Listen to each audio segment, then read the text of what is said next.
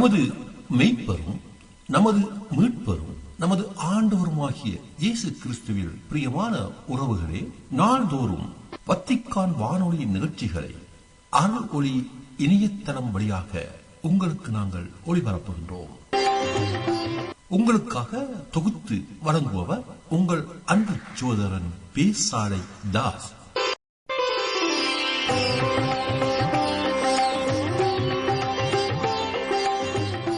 லவ்தேத்து இயேசுஸ் கிறிஸ்துஸ். இயேசு கிறிஸ்துவுக்கு புகழ். தமிழ் கூறும் நல்லுலகில் வாழும் அனைத்து அன்புள்ளங்களுக்கும் வத்திக்கான் வானொலியின் வணக்கம். இறைவன் உங்கள் உள்ளத்தையும் இல்லத்தையும் தன் அன்பாலும் அருளாலும் அமைதியாலும் இன்றும் என்றும் நிரப்புவாராக.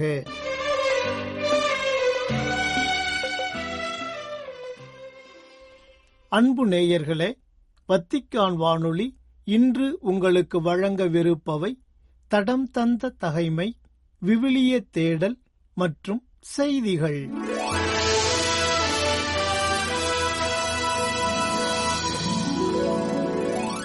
தடம் தந்த தகைமை. கோர்கியா மீது வெற்றி.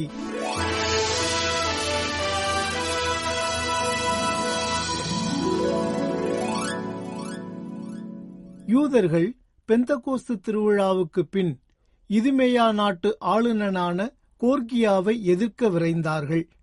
அவன் 3000 காலாட்படையினரோடும் 400 குதிரைப்படையினரோடும் அவர்களை எதிர்த்து நின்றான். அவர்கள் போர் தொடுத்த போது யூதர்களுள் சிலர் கொலை செய்யப்பட்டார்கள். ஆனால் பக்கேனோருடைய ஆள்களுள் வலிமைமிக்க ஒருவரான தொசித்து குதிரை மேல் இருந்தபடியே கோர்கியாவை பிடித்துக் கொண்டார். அந்த கயவனுடைய மேலாடையை பற்றி கொண்டு அவனை மிக்க வலிமையோடு இழுத்த வண்ணம் உயிரோடு பிடித்துச் செல்ல எண்ணியிருந்தபோது திராக்கோன் குதிரை வீரர்களுள் ஒருவன் தொசித்து மீது பாய்ந்து அவருடைய தோளை துண்டித்தான். ஆகவே கோர்கியா மாரிசாவுக்கு தப்பி ஓடினான். எஸ்தரியும் அவருடைய ஆள்களும் நீண்ட நேரம் போர் செய்து களைப்புற்றிருந்ததால் தங்கள் சார்பாக இருந்து போரிடுவதற்கு தலைமையேற்று நடத்துமாறு ஆண்டவரை யூதா வேண்டினார். தம் தாய்மொழியில் போர்க்குரல் எழுப்பி புகழ்பாக்கள் இசைத்தார். எதிர்பாராத நேரத்தில் கோர்கியாவின் படையின் மீது பாய்ந்து அவர்களை புறமுதுகு காட்டி ஓடும்படி செய்தார்.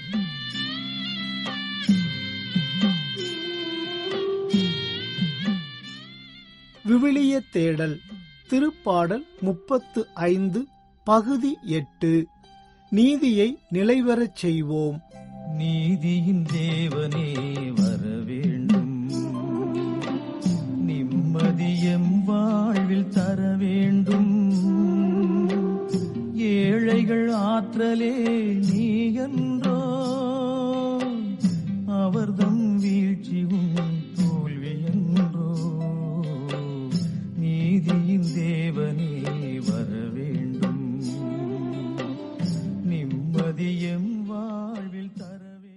அன்பர்களே, கடந்த வார நமது விவிலிய தேடலில் அமைதியின் தூதுவர்கள் ஆவோம் என்ற தலைப்பில் 35வது திருப்பாடலில் 19 முதல் 22 வரை உள்ள இறைவசனங்கள் குறித்து தியானித்தோம்.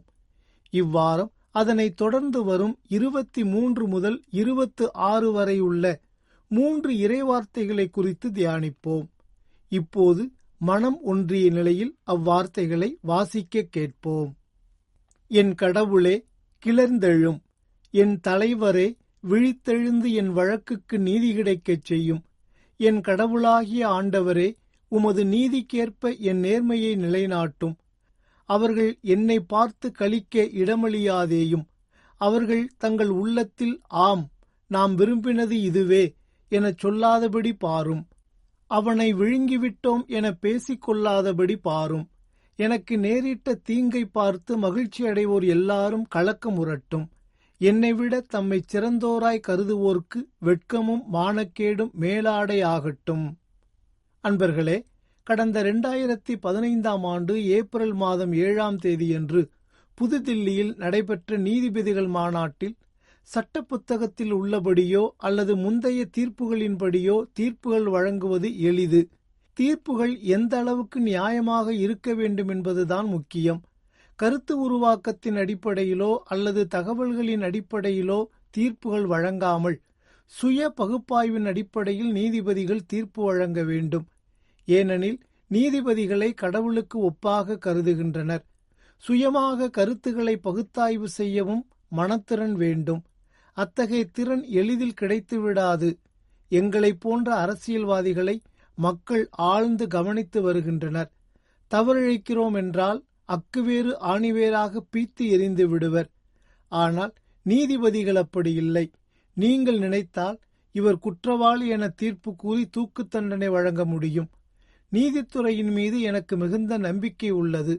நீதித்துறை மீது குற்றம் சாட்ட மிக குறைந்த வாய்ப்பே உள்ளது. இப்போதைய சூழ்நிலையில் நீதிபதிகள் சுய பகுப்பாய்வுக்கான ஒழுங்குமுறையை ஏற்படுத்திக் கொள்ள வேண்டும். அந்த முறை அரசு அல்லது அரசியல்வாதிகளிடம் இல்லை. அத்தகைய ஒரு ஒழுங்குமுறை இல்லை என்றால் நீதித்துறை மீதான நம்பிக்கை பாதிக்கப்படும்.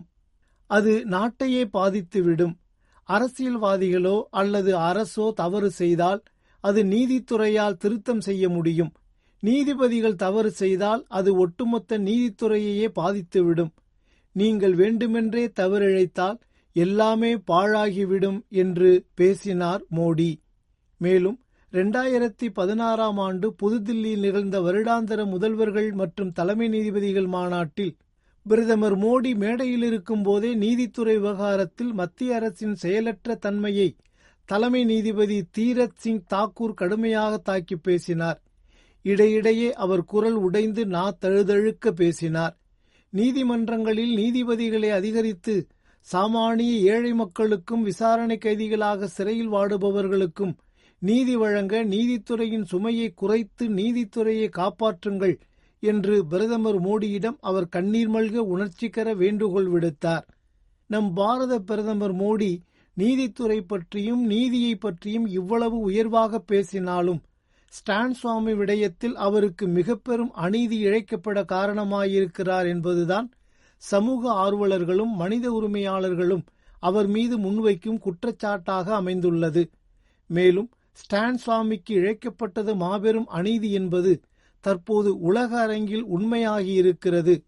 அருள் பணியாளர் ஸ்டான் சுவாமி அவர்களின் மடிக்கணனியில் ஹேக்கர்களால் திட்டமிட்டு ஜோடிக்கப்பட்ட பல சதி ஆவணங்கள் புகுத்தப்பட்டதாக அதிகாரப்பூர்வமாக நிரூபித்தது அமெரிக்காவைச் சேர்ந்த தடவியல் நிறுவனம். இந்த தவற்றிற்கு பதில் கூற முடியாமல் உலக அரங்கில் தலைகுனிந்து நின்றது NIA என்ற இந்திய புலனாய்வு அமைப்பு. போலியான பொய்ச்சான்றுகளால் ஸ்டான் சுவாமி குற்றவாளி என்று கருதி மரணம் இழைக்கப்பட்டிருந்தாலும் கடவுளின் பார்வையில் அவர் குற்றமற்றவர் என்பது இன்று உறுதியாகியிருக்கின்றது. உறங்காமல் ஓயாமல் உழைக்கின்றோ, உலகையும் வியர்வைகளால் நனைக்கின்றோ, விளைகின்ற பொருளில் எமக்குரிமை இல்லை, விம்முகின்ற குரல்களுக்கு முடிவும் இல்லை. எம் தெய்வமே இறைவா, இறைவா, இறைவா, எம் தெய்வமே இறைவா, இந்நிலையில் இனி எமக்கு விடிவுண்டோ, முடிவுண்டோ, வாழ்வுண்டோ. என் கடவுளே கிளர்ந்தெழும், என் தலைவரே விழித்தெழுந்து என் வழக்குக்கு நீதி கிடைக்கச் செய்யும். என் கடவுளாகிய ஆண்டவரே, உமது நீதிக்கேற்ப என் நேர்மையை நிலைநாட்டும். அவர்கள் என்னை பார்த்து கலிக்கு இடமளியாதேயும் என்ற தாவீதின் வார்த்தைகள் ஸ்டான் சுவாமிக்கு கணக்கச்சிதமாய் பொருந்தி நிற்கின்றது. 45 ஆண்டுகளுக்கு மேலாக பூர்வீக இன மக்களின் மேம்பாட்டிற்காக அயராது உழைத்தார் ஸ்டான் சுவாமி. ஆனால் அவரை பெரியதொரு மாவோயிஸ்ட் தீவிரவாதியாக காட்டி கைது செய்து சிறையில் தள்ளி வதைத்தொழித்து கொக்கரித்து குதூகலித்தனர் அவரின் எதிரிகள். கைநடுக்க நோய் கொண்ட அவருக்கு குடிப்பதற்கு தண்ணீர் குவளை கூட கொடுக்காமலும் உணவருந்த அடிப்படை வசதிகளை தந்து உதவாமலும் அவரை மரண குழியில் தள்ளினர். ஆனால் அவர் குற்றமற்றவர் என்று கடவுள் அளித்துள்ள நீதியான தீர்ப்பால் அவர் சிறை செல்ல காரணமான அவரது எதிரிகள் அனைவரும் தற்போது வெட்கக்கேடு அடைந்துள்ளனர். இன்றைய உலகில் பலர் தங்களை நீதியின் காவலர்களாக காட்டிக்கொண்டாலும் கடவுளின் பார்வையில் பொய்யர்களாக, அநீதர்களாக, அழிவுக்கு உரியவர்களாக கருதப்படுகின்றனர் என்பதே நிதர்சனமான உண்மை. மேற்கண்ட தாவீதின் வார்த்தைகள் அவருக்கு எந்தளவுக்கு அநீதி இழைக்கப்பட்டிருக்கிறது என்பதை நம்மால் உணர்ந்து கொள்ள முடிகின்றது. ஆண்டவர் வருகின்றார், மண்ணுலகிற்கு நீதி தீர்ப்பு வழங்க வருகின்றார், நில உலகை நீதியுடனும் மக்களினங்களை உண்மையுடனும் அவர் தீர்ப்பிடுவார் என்றும், ஆண்டவர் முன்னிலையில் மகிழ்ந்து பாடுங்கள், ஏனெனில் அவர் உலகுக்கு நீதி வழங்க வருகின்றார், பூவுலகை நீதியுடன் ஆண்டிடுவார், மக்களினங்களை நேர்மையுடன் ஆட்சி செய்வார் என்றும் கடவுளின் தீர்ப்பு குறித்து வேறு சில திருப்பாடல்களிலும் எடுத்துரைக்கின்றார் தாவீது அரசர். நல்லதை படைத்த கடவுள்தானே கெட்டதையும் படைத்துள்ளார். அதனால் நல்லதை மட்டும் ஏற்பது போல கெட்டதையும் ஏற்றுக்கொண்டால் என்ன என்று ஒரு சீடர் தன் குருவிடம் கேட்டார். குரு சிரித்து கொண்டே அது அவரவர் விருப்பம் என்றார். மதிய உணவு நேரம் வந்தது. அந்த சீடர் தனக்கு அளிக்கப்பட்ட உணவை பார்த்து அதிர்ந்து விட்டார். காரணம், ஒரு கிண்ணத்தில் பசுமாட்டு சாணம் மட்டும் வைக்கப்பட்டு அவரிடம் உண்ண கொடுக்கப்பட்டது. ஒன்றும் புரியாமல் அச்சீடர் விழித்தார். அப்போது குரு புன்முறுவலுடன் அவரிடம் சொன்னார், பால் சாணம் இரண்டுமே பசுமாட்டிடமிருந்துதானே வருகிறது. அப்படியென்றால் பாலை ஏற்றுக்கொள்ளும் போது சாணியை ஏற்றுக்கொள்ளக் கூடாதா? அப்போதுதான் அச்சீடர் உண்மையை உணர்ந்து கொண்டார்.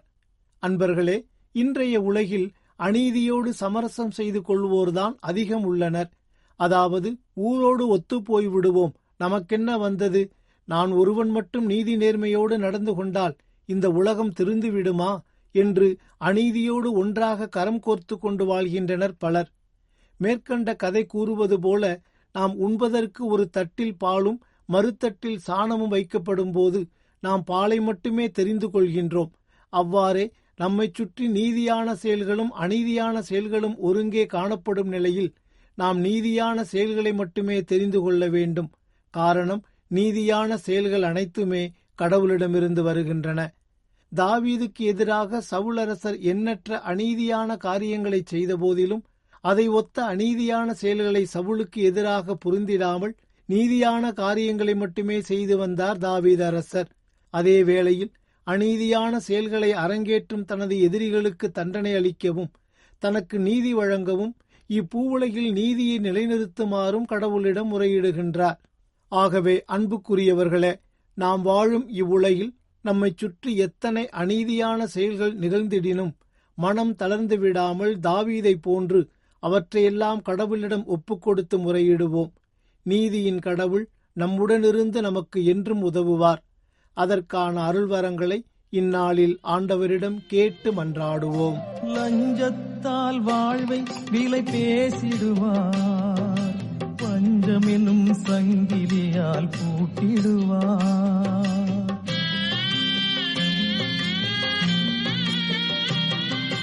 லஞ்சத்தால் வாழ்வை விலை பேசிடுவார், பஞ்சம் எனும் சங்கிலியால் பூட்டிடுவார். தேவையான பொருளை விலையேற்றிடுவார், ஏழை எங்கள் அழுகையிலே மகிழ்ந்திடுவார். எம் தெய்வமே இறைவா, இறைவா, இறைவா. எம் தெய்வமே இறைவா, இந்நிலையில் இனியமக்கு விடிவுண்டோ, முடிவுண்டோ, வாழ்வுண்டோ. நீதியின் தேவனே வர வேண்டும், நிம்மதியும் வாழ்வில் தர வேண்டும். ஏழைகள் ஆற்றலே நீ என்றோ, அவர்தம் வீழ்ச்சியும் தோல்வி என்றோ. நீதியை நிலைபெறச் செய்வோம் என்ற தலைப்பில் இன்றைய விவிலிய தேடல் நிகழ்ச்சியை உங்களுக்கு வழங்கியது வத்திக்கான் வானொலி.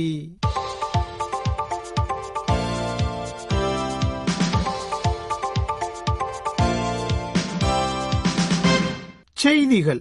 அர்ப்பண வாழ்க்கைக்கு அழைக்கப்பட்ட இருபால் துறவியரும் நம்பிக்கை மற்றும் அமைதியின் இறைவாக்கினர்களாக வாழ்வதற்கு அழைக்கப்படுகிறார்கள் என்று கூறினார் திருத்தந்தை 14ஆம் லியோ. பிப்ரவரி 2 திங்கட்கிழமை இயேசு கோவிலில் காணிக்கையாக அர்ப்பணிக்கப்பட்ட திருவிழாவன்று அர்ப்பண வாழ்விற்கு அழைக்கப்பட்ட துறவியரின் 30வது உலக நாள் சிறப்பிக்கப்பட்ட வேளை வத்திக்கான் புனித பேதுரு பெருங்கோவிலில் இடம்பெற்ற திருப்பலியின் மறைவுரையில் இத்தகைய அழைப்பொன்றை விடுத்தார் திருத்தந்தை. அன்றைய நாள் வாசகமான லூக்கா நற்செய்தியை மையப்படுத்தி சிமியோன், அன்னா மற்றும் குழந்தை இயேசுவுக்கு இடையேயான ஆழமான சந்திப்பை பற்றி பேசிய திருத்தந்தை இறைவன் மற்றும் மனித அன்பின் சந்திப்பை குறித்தும் எடுத்து காட்டினார்.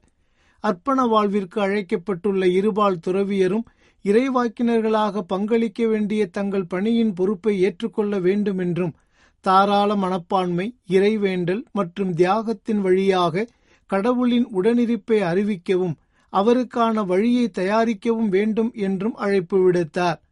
பெருகிய முறையில் விசுவாசத்திலிருந்து விலகிச் செல்லும் உலகில், குறிப்பாக மிகவும் வலுக்குறைந்த நிலையில் இளைஞர், முதியோர், ஏழை, நோயாளர்கள் மற்றும் சிறை கைதிகளுக்கு பிறரன்பு பணிகளை ஆற்றுவதன் வழியாக அர்ப்பண வாழ்விற்கு அழைக்கப்பட்டவர்கள் கடவுளின் மீட்கும் உடனிருப்பிற்கு சான்று பகர வேண்டும் என்று ஊக்குவித்தார் திருத்தந்தை. இம்மன்னக வாழ்வுக்குரிய யதார்த்தங்களுக்கும் நிலைவாழ்விற்குமான நம்பிக்கைக்கும் இடையிலான பிரிக்க முடியாத பிணைப்புக்கு சான்று பகரும் அர்ப்பண வாழ்வின் புனிதத்தை மீண்டும் உறுதிப்படுத்தினார் திருத்தந்தை. இறுதியாக, உலகில் நம்பிக்கை மற்றும் அமைதியின் கலங்கரை விளக்கங்களாக தொடருங்கள் என்று அவர்களை வலியுறுத்தி கேட்டுக்கொண்டு தனது மறைவுரை சிந்தனைகளை நிறைவு செய்தார் திருத்தந்தை. பிப்ரவரி 1 ஞாயிறன்று வரவேற்பறை அதிகாரிகள், திருத்தந்தையின் வாகன ஓட்டுநர்கள், இரகசிய மற்றும் நம்பிக்கைக்குரிய வத்திக்கான் இல்ல பணியாளர்களை திருப்பிடத்தில் சந்தித்து மகிழ்ந்தார் திருத்தந்தை 14ஆம் லியோ. இச்சந்திப்பின் போது பொது பார்வையாளர்கள் சந்திப்புகள், அரசு அதிகாரிகளின் வருகைகள் மற்றும் திருத்தந்தையின் பிற நிகழ்வுகளின் போது நாள்தோறும் தனக்கு உதவி புரியும் அதிகாரிகளுக்கு நன்றி தெரிவித்துக் கொண்டார் திருத்தந்தை. மேலும் திருத்தந்தை இல்லத்தின் அலுவலகத்தால் ஒருங்கிணைக்கப்பட்ட அவர்களின் பணி தனது அப்போஸ்தலிக்க பணியை ஆதரிப்பதாகவும் ஒவ்வொரு சந்திப்பின் தரத்தையும் வடிவமைப்பதாகவும் குறிப்பிட்டு காட்டினார் திருத்தந்தை. தயாரிப்பது, வரவேற்பது, வாழ்த்துவது என 3 வினைச்சொற்களுடன் அவர்களின் பணிகளை சுருக்கமாக குறிப்பிட்ட திருத்தந்தை, கவனமான தயாரிப்பும் கனிவான செயல்களும் அர்த்தமுள்ள கூட்டங்களுக்கு நல்லதொரு சூழலை உருவாக்குகின்றன என்று எடுத்து காட்டினார். அர்ப்பணிப்புடன் தங்கள் பணியை தொடர்ந்து ஆற்றுமாறு அவர்களிடம் கேட்டுக்கொண்ட திருத்தந்தை, திரு அவைக்கும் திருத்தந்தைக்கும் அவர்கள் அளித்த அர்ப்பணிப்பு நிறைந்த பணிகளுக்காக மீண்டும் தனது நன்றியை தெரிவித்துக் கொண்டு தனது உரையை நிறைவு செய்தார். மிலானோ கோர்டினா குளிர்கால விளையாட்டுப் போட்டிகள் தொடங்க தயாராகி வரும் நிலையில் மோதலில் ஈடுபட்டுள்ள நாடுகள் ஒலிம்பிக் போர் நிறுத்தத்தின் பண்டைய மரபை மதிக்க வேண்டும் என்று வேண்டுகோள் ஒன்றை விடுத்தார் திருத்தந்தை 14ஆம் லியோ.